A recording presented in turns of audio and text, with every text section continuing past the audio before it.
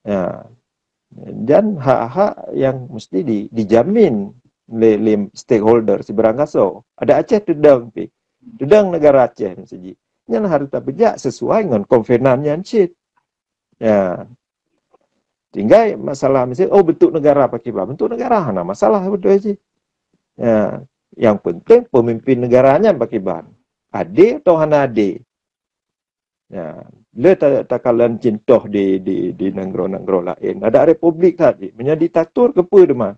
Ada guna. Ya, tapi lagi negara mesti monarki. Walaupun monarki tapi adil, sejahtera. What's the problem? Ada masalah. Ya, Denmark, Swedia, Norwegia, nya negara-negara yang sistemnya monarki. Tapi negara menjamin kesejahteraan rakyat.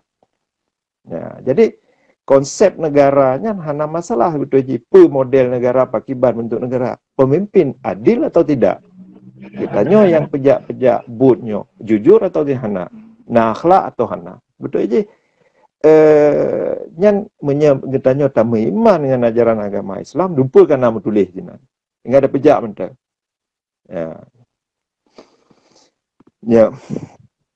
Jadi lon fikir masalah konsep bernegara atau pakiban bentuk negara hana masalah dari pandangan lon pribadi atau secara organisasi Aceh Sumatera National Liberation Front yang pulang baru Aceh itu.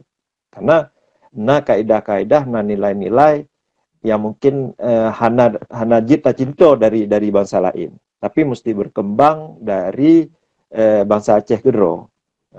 Karena sistem moral takkan tentang demokrasi. Dia Aceh kedua karena demokrasi. Bapi istilah mungkin orang Aceh bikinnya demokrasi ya istilah kafe, betul istilah.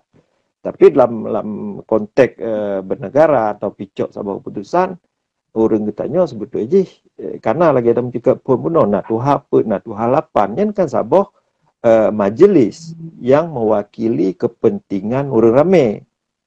Jadi yang kan keterwakilan sistem demokrasi sih, tapi berkembang dari azas orang Aceh Gero yang yang mesti tak satu tak kembangkan sesuai dengan resam nanggro tanya.